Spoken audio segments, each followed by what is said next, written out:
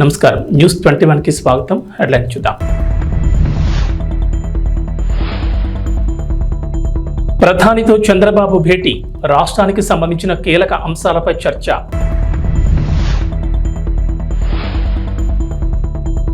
AP ప్రజలకు చంద్రబాబు సర్కార్ good news, ఈ నెల 8 నుంచి ఉచిత ఇసుక విధానం అమలు.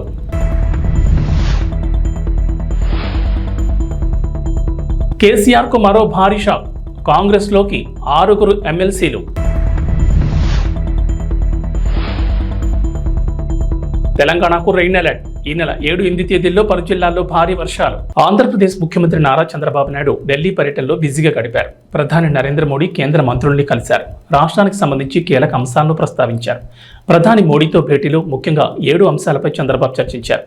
రాష్ట్రానికి స్వల్ప కాలానికి ఆర్థికంగా చేయూతనివ్వమని కోరారు. పోలవరం ప్రాజెక్టు నిర్మాణం పునఃప్రారంభానికి వెంటనే చర్యలు తీసుకోవాలని విన్నవించారు. రాజధాని అమరావతి ప్రాంతంలో ముఖ్యమైన మౌలిక వస్తువులు, ప్రభుత్వ భవనాల సముదాయం పూర్తికి సమగ్ర ఆర్థిక సాయం అందించాలని కోరారు. పారిశ్రామిక అభివృద్ధికి ప్రోత్సాహకాలు, రాష్ట్రాలకు మూలధనం వ్యయం అందించే ప్రత్యేక పథకం కింద ఆంధ్రప్రదేశ్కు అదనపు కేటాయింపులు జరిపి రోడ్లు, బ్రిడ్జిలు, సాగునీరు, తాగునీటి ప్రాజెక్టులు పూర్తయ్యేలా చూడాలన్నారు. చంద్రబాబు బుందేల్ఖండ్ ప్యాకేజ్ తరహాలో రాష్ట్రంలోని వెనుకబడిన ప్రాంతాలకు సాయం చేయాలని కోరారు. అలాగే దుగ్గరాజపట్నం పోర్ట్ పూర్తి చేసేలా రాష్ట్రానికి చేయూతను అందించాలన్నారు చంద్రబాబు. ప్రధానంగా రాష్ట్ర ఆర్థిక పరిస్థితి సరిగ్గా లేదని, వచ్చే ఆదాయం జీతాలు, పింఛన్లు, అప్పులు తీర్చడానికి కూడా సరిపోవడం లేదని కేంద్రం చేయూత ఇవ్వాలని కోరారు. మిగిలిన రాష్ట్ర సమస్యల్ని ప్రధాని దృష్టికి తీసుకెళ్లారు. ప్రధానంగా పోలవరం ప్రాజెక్టు, జలవనరులు, రోడ్లు, రాజధాని నిర్మాణాలను గత ప్రభుత్వం విస్మరించడంతో రాష్ట్రం తీవ్రంగా నష్టపోయిందన్నారు. కేంద్రం ఆర్థికంగా చేయూతనివ్వకపోతే ఈ సవాళ్ల నుంచి బయటపడడం కష్టమన్నారు ముఖ్యమంత్రి. ప్రధాని మోడీ నాయకత్వంలో ఆంధ్రప్రదేశ్ మళ్లీ బలమైన పవర్ హౌస్గా అవతరిస్తుందని తనకు పూర్తి నమ్మకం ఉందన్నారు. ఆంధ్రప్రదేశ్ ప్రభుత్వం కీలక నిర్ణయం తీసుకుంది. ఈ నెల 8 నుంచి ఉచిత ఇసుక విధానం అమలు చేయనుంది. ఉచిత ఇసుకపై గనుల శాఖ అధికారులు మార్గదర్శకాలు సిద్ధం చేశారు. సోమవారం నుంచి ఈ మార్గదర్శకాలు అమలు సిద్ధమైనట్లు తెలుస్తోంది. ఈ మేరకు ప్రభుత్వం కీలక మార్గదర్శకాలను రూపొందించింది. ఇకపై ప్రభుత్వం రూపాయి కూడా ఇసుక నుంచి తీసుకోకూడదని నిర్ణయించింది. ఇప్పటి వరకు టన్ను ఇసుకను 475 రూపాయలు చొప్పున విక్రయించగా ఇందులో కాంట్రాక్టర్ తవ్వకాలు, రవాణా ఖర్చు 100 తీసేస్తే మిగిలిన 375 రూపాయలు ప్రభుత్వానికి వచ్చేది. తాజా నిర్ణయం ప్రకారం 375 కాకుండా కేవలం 88 మాత్రమే వసూలు చేయనున్నారు. ఈ డబ్బులు కూడా స్థానిక సంస్థలకు జమ చేయనున్నారు. ఇందులో సేనరేజ్ ఛార్జ్ కింద 66 రూపాయలు టన్నుకు తీసుకుంటున్నారు. ఈ 66 రూపాయలను నేరుగా జిల్లా, మండల పరిషత్తులు, పంచాయతీలకు చేరుతుంది. 19.80 జిల్లా ఖనిజ నిధి కింద వసూలయ్యే మొత్తం రీచ్ ప్రాంత అభివృద్ధికి జిల్లా ఖాతాలోకి వెళుతుంది.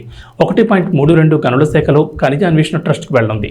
గతంలో ఉన్న విధానంతో పోలిస్తే ఇసుక ప్రతి టన్నుకు 287 భారం తగ్గుతుందని అధికారులు చెబుతున్నారు. ఆంధ్రప్రదేశ్లో రేషన్ పంపిణీకి సంబంధించి పౌర సరఫరాల శాఖ మంత్రి నాదెండ్ల మనోహర్ కీలక వ్యాఖ్యలు చేశారు. గత ప్రభుత్వ హయాంలో రేషన్ మాఫియాలో ప్రధాన భాగస్వాములు ఎండియు వాహనాల నిర్వాహకులేనని ఆరోపించారు.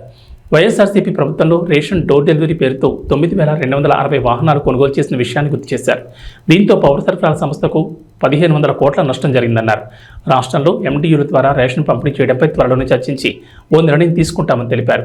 రేషన్లో భాగంగా పేదలకు ఇచ్చే పంచదార, అంగన్వాడీలకు ఇచ్చే కందిపప్పు, నూనె ప్యాకెట్లు బరువు తక్కువగా ఉన్నట్లు గుర్తించినట్లు మంత్రి తెలిపారు. ఈ కారణంగానే రాష్ట్ర వ్యాప్తంగా కందిపప్పు, పంచదార, నూనె, ఇతర ప్యాకెట్ల పంపిణీ నిలిపివేయాలని మంత్రి అధికారులను ఆదేశించారు. అలాగే ప్రస్తుతం నిలిపేసిన పంచదార, కందిపప్పు, ఇతర వస్తువుల్ని త్వరలోనే రేషన్ కార్డుదారులకు అందజేస్తామన్నారు మంత్రి. రేషన్ విషయంలో జాగ్రత్తలు తీసుకుంటామని, అవినీతికి తావు లేకుండా చర్యలు తీసుకుంటామని అన్నారు. 7,615 మెట్రిక్ టన్నులు సీజ్ చేశాం ఒక్క రోజులోనే. ఈ రోజున మళ్ళీ ఉదయం నుంచి ప్రారంభించాం. ఒక 3 చోట్ల మాకు స్పష్టంగా ఆధారాలు దొరుకుతున్నాయి. ఎన్ని కోట్ల రూపాయలు ఈ విధంగా ప్రజాధనాన్ని సొంత లాభం కోసం, ఒక కుటుంబం కోసం ఉపయోగించుకున్నారో మీ అందరికీ బాగా తెలుసు. కాబట్టి ఆ మార్పు ప్రజలు కోరుకున్నారు. ఆ మార్పు మేము చేసి చూపిస్తాం. కాకినాడ పోర్ట్ అంటేనే అందరు భయపడుతున్నారు. ఈ రోజున ఏ స్థాయికి వెళ్ళారంటే సొంత వెసల్ మెయింటైన్ చేసుకుంటున్నారు వాళ్ళు. అంటే ఎంత రైస్ ఇక్కడి నుంచి ఎక్స్పోర్ట్ అయిపోయిందో ఆఫ్రికా దేశాలకి మీకు అర్థం అవుతుంది. సొంత వెసల్ మెయింటైన్ చేసుకునే స్థాయికి వీళ్ళు ఎదిగారు. ఇతర దేశాల్లో వీళ్ళకి అకౌంట్స్ ఉన్నాయి. ఇతర రాష్ట్రాల నుంచి కూడా వీళ్ళు సరుకు తీసుకొస్తున్నారు. స్థానిక పోలీస్ అధికారులు కూడా చెప్పాం. టోల్ గేట్ల దగ్గర సీసీటీవీ ఫుటేజ్ తీసుకుని గత 10 రోజుల నుంచి, అంటే నా పర్యటన ఉందని తెలుసుకుని 3-4 రోజుల నుంచి కూడా చాలా స్టాక్స్ లిఫ్ట్ చేసేశారు. ఇది చాలా పెద్ద కార్టెల్ ఏర్పడ్డారు. కాబట్టి వీళ్ళందరి పైన కూడా క్రిమినల్ యాక్షన్ తీసుకుంటాం. అందులో ఏమాత్రం కూడా హెసిటేట్ చేసేది లేదు. లావాన్ ఇంటర్నేషనల్, రెండోది అయ్యప్ప ఎక్స్పోర్ట్స్ అంటున్నారు. అది బీబో వాళ్ళు టేక్ ఓవర్ చేసి నడిపిస్తున్నారు. మూడోది విశ్వప్రియ ఎక్స్పోర్ట్స్, నాలుగోది సరళ ఫుడ్స్, ఐదోది సాటెక్స్ ఇండియా. ఈ విఎస్ రాజు గోడౌన్స్ లో మాకు మన ఏపీ సివిల్ సప్లైస్ కార్పొరేషన్ సంబంధించిన ఆధారాలు, అంటే ఈ స్టాక్ కి సంబంధించిన స్లిప్స్ అన్ని కూడా అక్కడ ఉన్నాయి.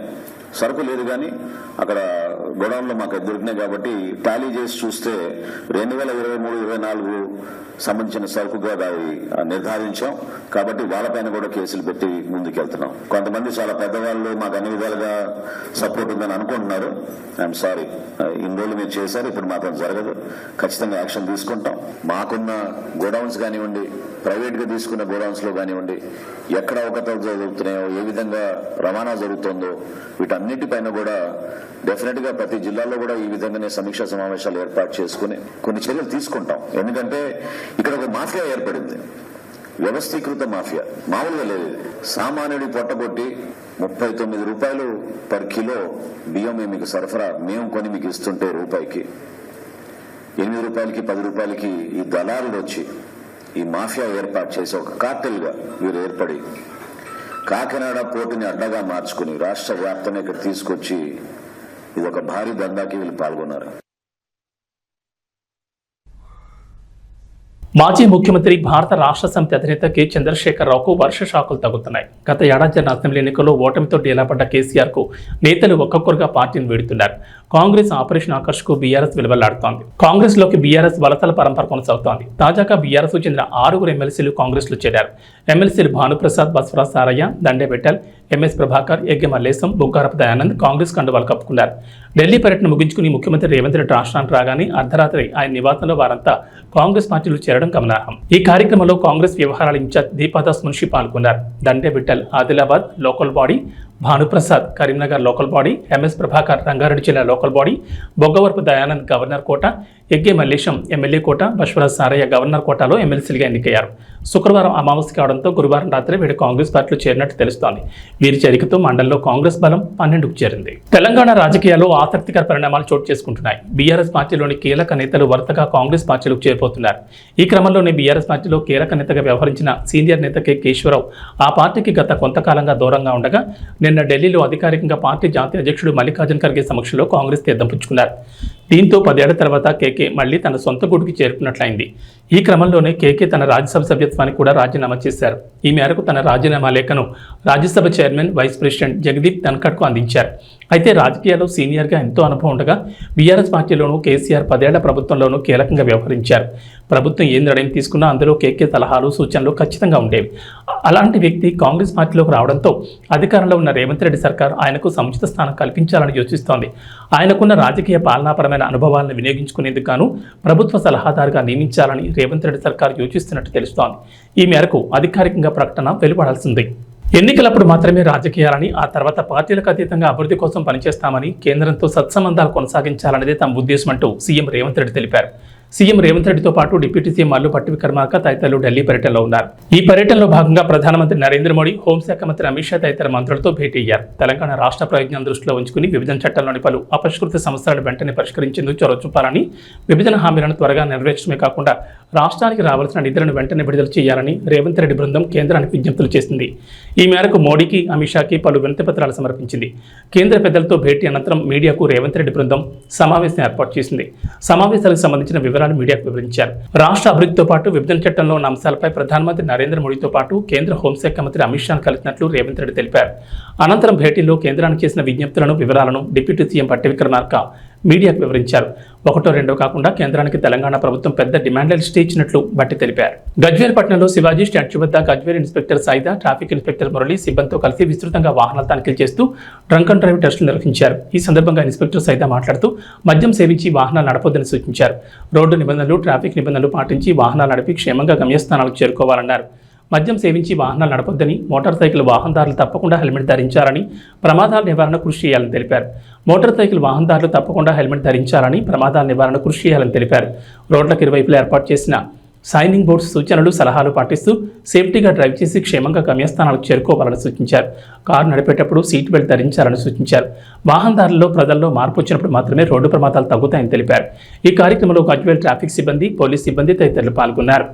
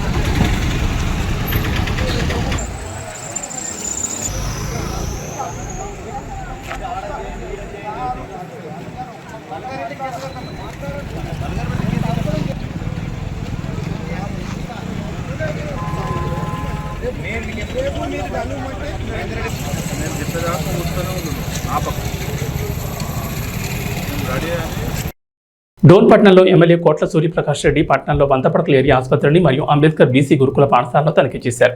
ఈ సందర్భంగా వందపడకల ఏరియా ఆసుపత్రికి కావాల్సిన సదుపాయాలు మరియు మిషనరీ గురించి డాక్టర్లతో తెలుసుకున్నారు. X ray room, lab, casualty, delivery ward కొరత పరిశీలించారు.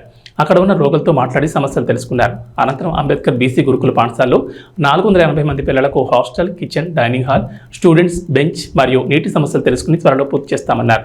పాఠశాలలోని పిల్లలతో మాట్లాడి భోజన సదుపాయాలు, నీటి వసతి ఎలా ఉన్నాయని తెలుసుకున్నారు. అనంతరం పాతపేటలో ఉన్న ఆసుపత్రి భవనాన్ని మరియు పాత మున్సిపల్ భవనాన్ని ప్రభుత్వ ఆఫీసులకు ఉపయోగించుకునేలా చర్యలు చేస్తామన్నారు.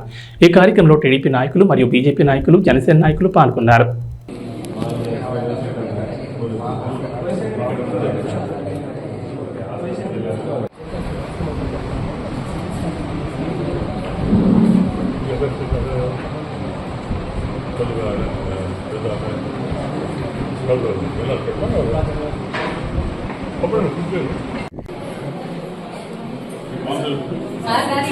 పచ్చడి ఇస్తాం సార్. ఒకసారి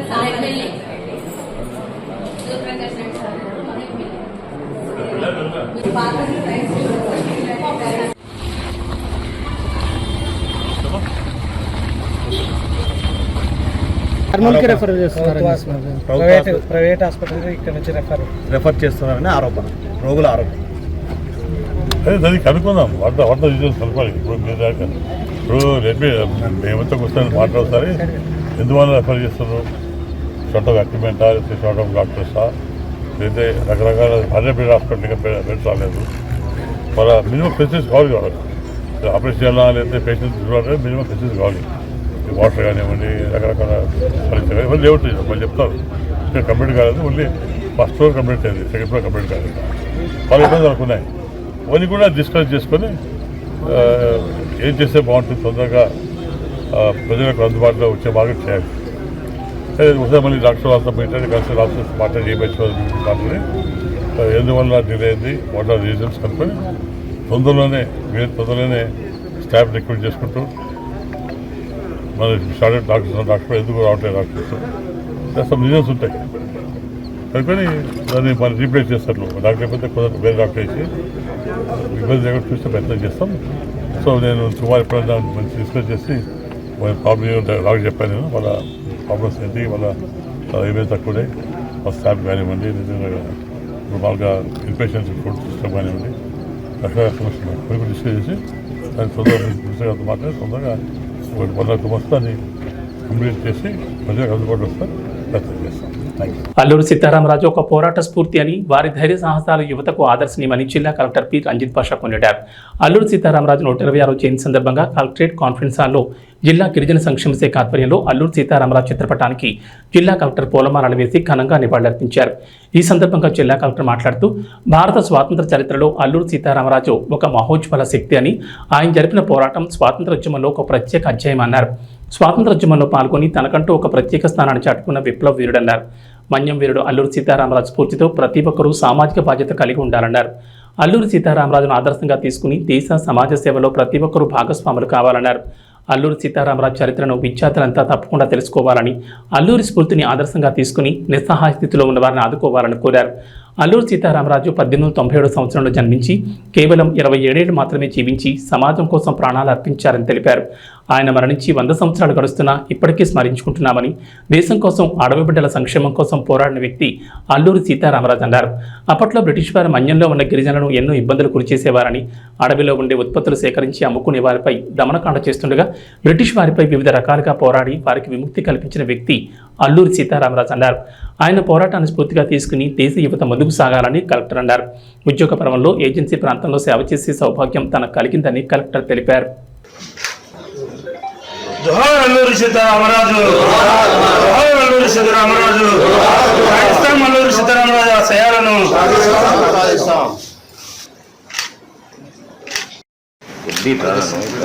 ఒక ఫోటో అల్లూరి సీతారామరాజు గారి జయంతి జరుపుకుంటున్నాం. రోజు 1997లో ఇదే రోజు ఆయన జన్మించడం జరిగింది. బాల్యం నుంచి కూడా ఉన్నత అనుభవాలు జరిగి, అలాగే దేశం కోసం చాలా చిన్న వయసులో ప్రాణాలు అర్పించి మనందరి కోసం, అంటే ఎస్పెషల్లీ మనకి ఉన్నటువంటి షెడ్యూల్ ఏరియా కావచ్చు, అలాగే రంప అంటే రంప ఏరియా అంటాం. సో ఆ ఏరియాలంతా కూడా అక్కడ ఉన్నటువంటి చాలా విభిన్న ట్రైబల్స్ కోసం ఎంతో కృషి చేసి ధైర్యంగా బ్రిటిషర్స్ వాళ్ళందరూ కూడా ఎదుర్కొని రంప తెలుగు వాళ్ళని ఏర్పాటు చేయడమే కాకుండా ట్రైబల్స్లో అప్పుడు ఉన్నటువంటి ప్రజల్లో చాలా వరకు ప్రభుత్వం యొక్క విరాగాలు కావచ్చు అప్పట్లో. సో వాటిని ఎలాగైతే వాటిని ఎదుర్కోవాలి, సో వాళ్ళకి ప్రాపర్గా ట్రైనింగ్ ఇవ్వడం, వాళ్ళందరికీ కూడా విద్యలో వాళ్ళందరికీ కూడా ట్రైనింగ్స్ ఇవ్వడం, సో ఒక తిరుగుబాటు విప్లవాన్ని అక్కడ తీసుకురావడం. సో దాని ద్వారా మీకు తెలుసు ఆ ఫర్దర్ స్టెప్స్ ఎలా జరిగాయో మనకి నేషనల్ మూమెంట్లో. సో ఆ తర్వాత ఇప్పటికీ కూడా మనం 8 సంవత్సరాల తర్వాత కూడా ఒక వ్యక్తిని మనం గుర్తుపెట్టుకొని మరి ఆయన గురించి మాట్లాడుతూ ఆయన మళ్ళీ సరి స్మరించుకుంటున్నామంటే ఆయన చేసిన మంచి విషయాలు మనందరికీ ఆయన చేసినటువంటి అప్పుడు అంత ధీరోదాత్తంగా ఆయన పోరాడినటువంటి ఆ విలువలు కావచ్చు, ఆయన దేనికోసమైతే ఆ విప్లవాన్ని స్టార్ట్ చేశారో, దేనికోసమైతే ప్రాణాల చదువు లెక్క చేయకుండా ఎదురుండి పోరాడారో దాన్ని, ఆ విలువల్ని, ఆ భావాల్ని, ఆ యొక్క ఏవైతే ఆశయాలు ఉన్నాయో అవన్నీ కూడా మనం ఇప్పటికీ కూడా ఇంకా మనకి చాలా చోట్ల ఇంకా వెనుకబడినటువంటి వాళ్ళు ఉన్నారు. సో వాళ్ళందరినీ కూడా మనం ప్రయత్నించుకోవాలి. ఎస్పెషల్లీ షెడ్యూల్ ఏరియాకి సంబంధించి నేను కమిషనర్ డెవలపర్గా ఉన్నప్పుడు కొన్ని యాక్టివిటీస్ చేయడం జరిగింది. అలాగే ఇక్కడ కూడా కొన్ని యాక్టివిటీస్ మనం చేయడం జరిగింది. సో ఎక్కడన్నా కూడా సో మనం ఒకసారి మళ్ళీ అభివృద్ధి దగ్గర స్మరించుకుంటూ ఆయన ఆశయాలకి మళ్ళీ ఒకసారి అందరం కూడా మనం గుర్తు చేసుకుంటూ మళ్ళీ మనం సాధనకి, ఆ ఆశయాల సాధనకి మనందరం కూడా ఉన్నంకితం కావాలని చెప్పేసి. కల్కి 2898 చిత్రం ఓవైపు కాతుల వర్షం కురిపిస్తూనే మరోవైపు రికార్డులను తిరగరాస్తోంది. ప్రభాస్ ప్రధాన పాత్రలో నటించిన ఈ చిత్రాన్ని అద్భుతంగా తెరకెక్కించారు డైరెక్టర్ నాగశ్విన్. ఇక లెజెండరీ నటులు అమితాబ్ బచ్చన్, కమల్ హాసన్ ఇందులో కీలక పాత్రలో నటించారు. మొత్తానికి కల్కితో తిరిగి ఫామ్లోకి వచ్చిన ప్రభాస్కి తన పెద్దమ్మ కృష్ణరాజ్ భార్య శ్యామలాదేవి ఓ రిక్వెస్ట్ చేశారట. మన్యం వీరుడు అల్లూరి సీతారామరాజు జీవితంపై ఓ సినిమా చేయమని ప్రభాస్ను కోరతానని ఆమె అన్నారు. హైదరాబాద్ ట్యాంక్ బండ్ వద్ద క్షత్రియ సేవాసం నిర్వహించిన అల్లూరి సీతారామరాజు 127వ జయంతి వేడుకలో శ్యామలాదేవి పాల్గొన్నారు. ఈ సందర్భంగా మీడియాతో మాట్లాడుతూ ఈ స్టేట్మెంట్ ఇచ్చారు. అల్లూరి సీతారామరాజు పాత్రను కృష్ణరాజు గారు చేద్దామనుకున్నారు. ఆయన నా పాత్రలో చూడాలని మా అందరి కోరిక. కానీ ఆ తర్వాత కృష్ణ గారు చేశారు. చాలా మంచి సినిమా, పెద్ద హిట్ అయింది. ఇప్పుడు ఇన్ని సంవత్సరాల తర్వాత ఆ క్యారెక్టర్లో ప్రభాస్ను చూడాలని అభిమానుల కోరిక. వారి విన్నపాన్ని నేను బాబుకు విన్నవిస్తాను. ఆ క్యారెక్టర్కు ఏమాత్రం అవకాశం ఉన్నా ప్రభాస్ని చేయమని కోరుతాను. ప్రభాస్ని ఈ పాత్రలో చూస్తే సీతారామరాజు మళ్లీ పుట్టినట్లుగా అనిపిస్తుందని అభిమానులు అంటున్నారు. అది కూడా నేను ప్రభాస్ చెప్తానంటూ శ్యామలాదేవి అన్నారు. సీతక్క గారికి కూడా మా మాట మన్నించి వచ్చినందుకు ఆవిడకి కూడా మా ధన్యవాదములు.